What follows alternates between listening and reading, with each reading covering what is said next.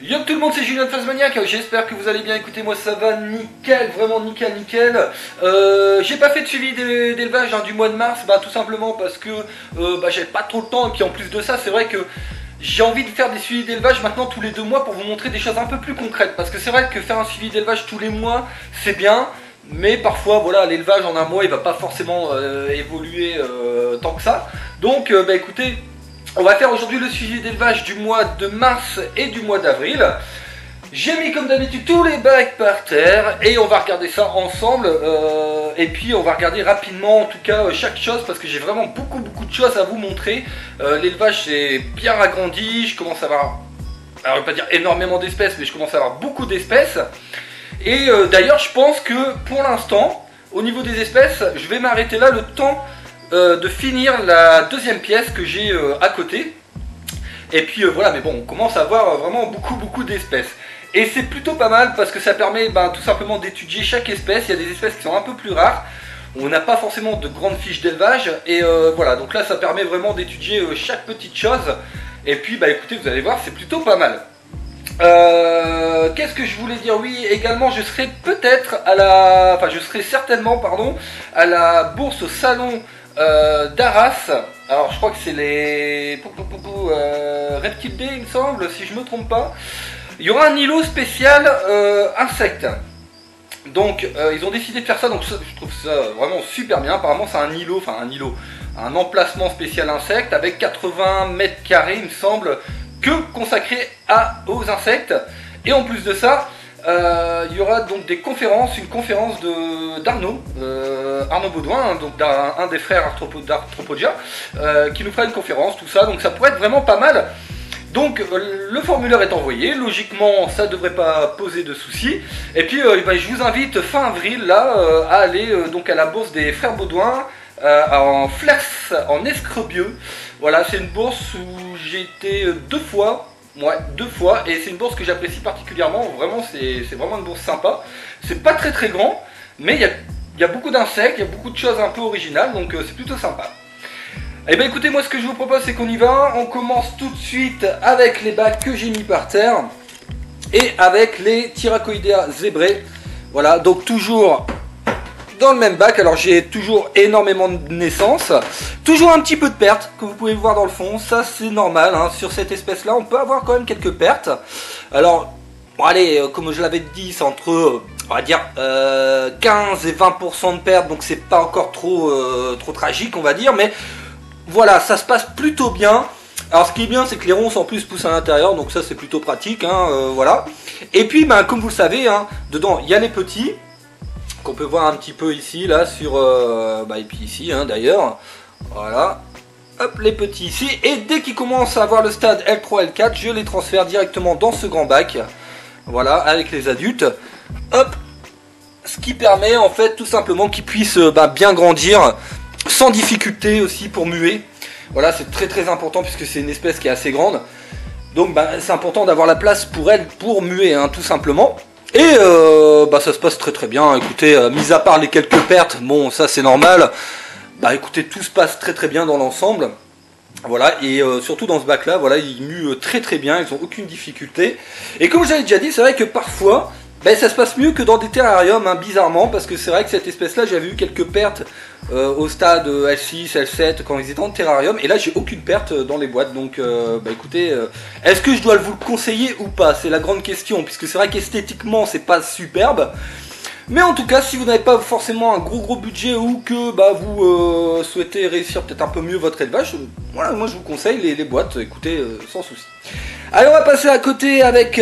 ça y est, là je commence à avoir des naissances d'Extatosoma. Alors j'avais énormément d'œufs et là ça y est, ça sort. Donc là je vais y aller tout doucement pour vous faire voir un peu tout ce qu'il y a. Voilà, je dois en avoir à peu près une petite centaine. Voilà, donc ça se passe très bien aussi également.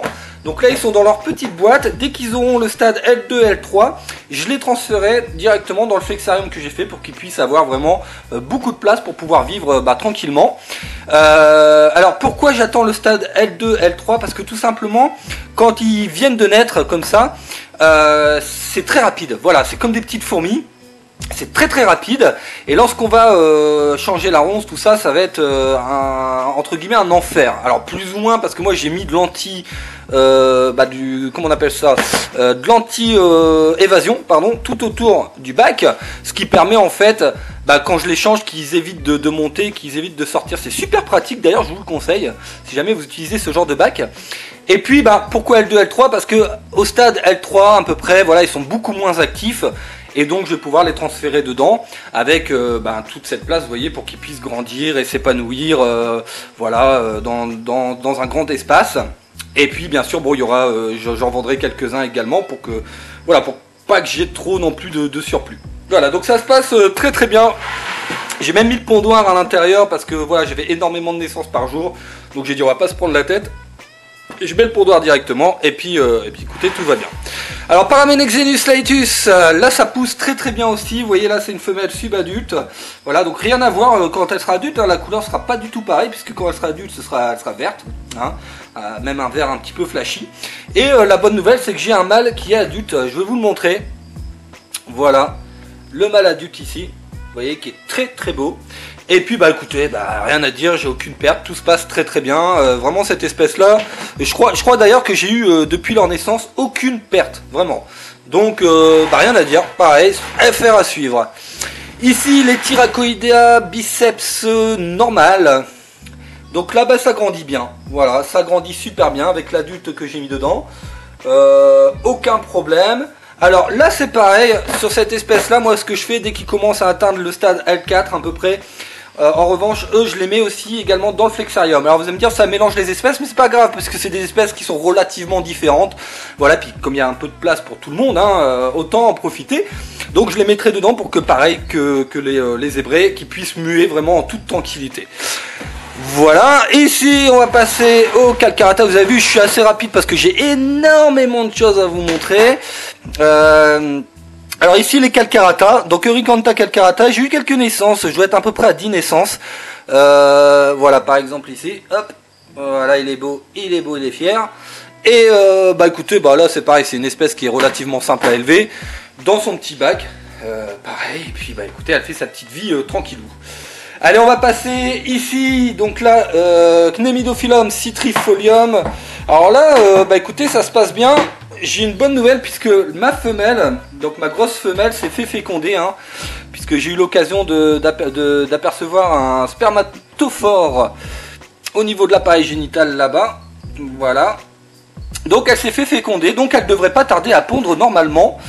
Je pense que d'ailleurs elle devrait pondre d'ici grand maximum une semaine, logiquement. Et j'ai ma deuxième femelle qui a mué, qui est beaucoup plus petite par contre, ici. Voilà, et qui a, alors on va pas dire raté sa mue, hein, elle n'a pas vraiment raté sa mue, disons qu'elle a eu du mal à replier ses ailes. Voilà, je sais pas si vous allez le voir, hop, elle a les ailes un petit peu comme ça, évasées. Mais bon, c'est pas mortel, hein, ça, je pense que ça va aller au niveau même de l'accouplement. C'est pas très très gênant.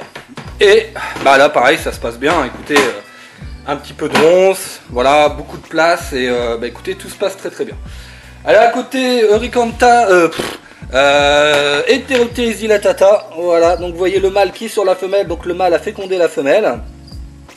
Et elle est très très grosse, elle est énorme, hein, voilà. Je sais pas si vous allez voir, elle est vraiment énorme. Alors j'espère qu'elle fait pas une rétention, je pense pas, puisque j'ai déjà vu quelques œufs. Mais à mon avis, lorsque je vais regarder au fond du bac, je vais trouver quand même pas mal d'œufs. À mon avis, hein, on verra bien. Allez, à côté également Agnella Dani. Donc là ça se passe très très bien. Alors je sais pas où ils sont. Tiens, la femelle et une femelle ici. Voilà, donc là c'est pareil, ça pond. Voilà, j'avais déjà ramassé il y a un mois à peu près quelques œufs. Et puis écoutez, là pour l'instant je laisse comme ça, je vais la laisser pondre. Et puis écoutez, dès que, je sais pas, dans quelques semaines je regarderai, à mon avis je vais trouver quand même pas mal d'œufs. Les Lopaphus, pardon, Lopaphus sp Kungfong. Et écoutez, là c'est pareil, ça se passe très très bien, puisque là j'ai mes femelles qui pondent, et qui pondent énormément, puisque ce matin j'ai changé le millepertuis, et j'ai trouvé beaucoup d'œufs. Voilà, j'ai dû en trouver à peu près 200, 250, donc voilà, elles pondent très très bien, et comme c'est une espèce que j'apprécie particulièrement, écoutez, ça me fait vraiment plaisir. Voilà, puis bon, c'est une espèce honnêtement qui est très très simple à élever. Voilà, il faut juste trouver du millepertuis. Alors le millepertuis c'est assez simple à trouver, si vous cherchez un petit peu, honnêtement vous allez trouver très très très facilement. Voilà pour les bacs. Alors il y en a d'autres là-bas, je vais vous montrer ça. Alors d'abord ce qu'on va faire, je vais faire une petite manipulation. Voilà, parce que vous vous rendez bien compte que j'ai pas beaucoup de place. Enfin j'ai beaucoup de place, mais le problème c'est que comme je commence à avoir beaucoup de boîtes, ce qu'on va faire en direct, alors déjà je vais rallumer la lumière. Hop, si j'y arrive. Voilà. Donc ce que je vais faire, on va ranger un petit peu les boîtes et puis on continue. Et je vais vous montrer quelques installations que j'ai faites qui sont plutôt sympas et qui vont peut-être vous aider pour vous lorsque vous allez pouvoir élever ce genre d'espèces, notamment pour les réduves. J'ai trouvé une technique qui existe peut-être déjà, j'en sais rien, mais en tout cas j'ai trouvé une technique qui est plutôt sympa pour les élever et qui marche bien. Vous verrez pourquoi, je vais vous montrer ça juste après. Allez, hop. Voilà, on a rangé un petit peu, au moins ça me permet de vous montrer le reste. Alors, on va passer ici au coléo, alors avec des Eudicella. Alors Eudicella, par contre, j'ai pas la sous-espèce, le nom, je l'ai pas en tête. Alors je l'avais noté, il est chez moi, donc voilà, mais une espèce très très jolie. Voilà, je sais pas si vous allez le voir. Voilà, avec le mâle qui a ses deux petites cornes. Et donc j'ai fait le petit terrarium, voilà, terrarium tranquille, où j'ai mis un peu de feuilles broyées avec de l'humus. Ici du substrat spécial coléo. Ici un substrat de dynaste. Et juste en haut, voilà, quelques feuilles, voilà, un peu de mousse, une écorce d'arbre. Et puis écoutez, ça se passe bien, j'ai même vu un accouplement, donc à mon avis, c'est une espèce qui va bien donner. Alors ensuite, au-dessus, on a toujours les Chlorocala africana. Voilà, là écoutez, c'est pareil, ça se passe très très bien puisque j'ai récolté quelques larves, j'ai à peu près déjà une vingtaine de larves. Donc ça prouve que ça va super bien, qu'ils sont bien dans leur environnement. Les larves, je les ai mis ici, voilà, dans ce bac là pour qu'ils puissent manger tranquillement sans être embêtés. À côté, l'Obophémura, là c'est pareil, ça se passe bien. Là j'ai eu quelques naissances. Voilà, je sais pas si vous allez les voir. Voilà, ici. Ici également. Voilà, j'ai déjà à peu près 5-6 naissances. Alors je les mets pour l'instant dans ces petites boîtes, c'est une petite espèce. Ouais, quand elle naît, elle n'est vraiment pas grande, donc je la mets dans cette petite boîte et puis au fur et à mesure, comme vous le savez, je les changerai de boîte selon la taille. Je commence à avoir des naissances d'Orthoméréa. Alors là, ça fait vraiment plaisir. Voilà, pareil, je vais vous montrer ça ici. Voilà, alors c'est une espèce qui est très rapide. C'est-à-dire que déjà, au niveau de l'évolution, c'est une espèce qui évolue très rapidement. Et puis ensuite, au niveau de l'incubation, c'est pareil. Les œufs, vous les incubez un mois à peu près, vous avez déjà des naissances. Donc voilà, c'est une espèce qui est très rapide. Si jamais vous n'êtes pas très patient, c'est une espèce que je vous conseille en tout cas. On va passer ici, alors là c'est un bac, c'est avec des Terrea bernardii. Alors pour ceux qui ne connaissent pas, vous allez sur Google, vous verrez bien. Pour l'instant c'est des juvéniles.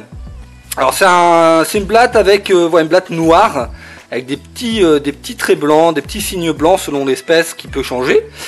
Et pour l'instant ils sont un peu dans la terre comme ça, puisque là ils sont pas encore adultes. Mais écoutez, ça devrait arriver d'ici peu, je l'espère, avec mon appareil bien sûr qui a du mal à faire le point, comme d'habitude.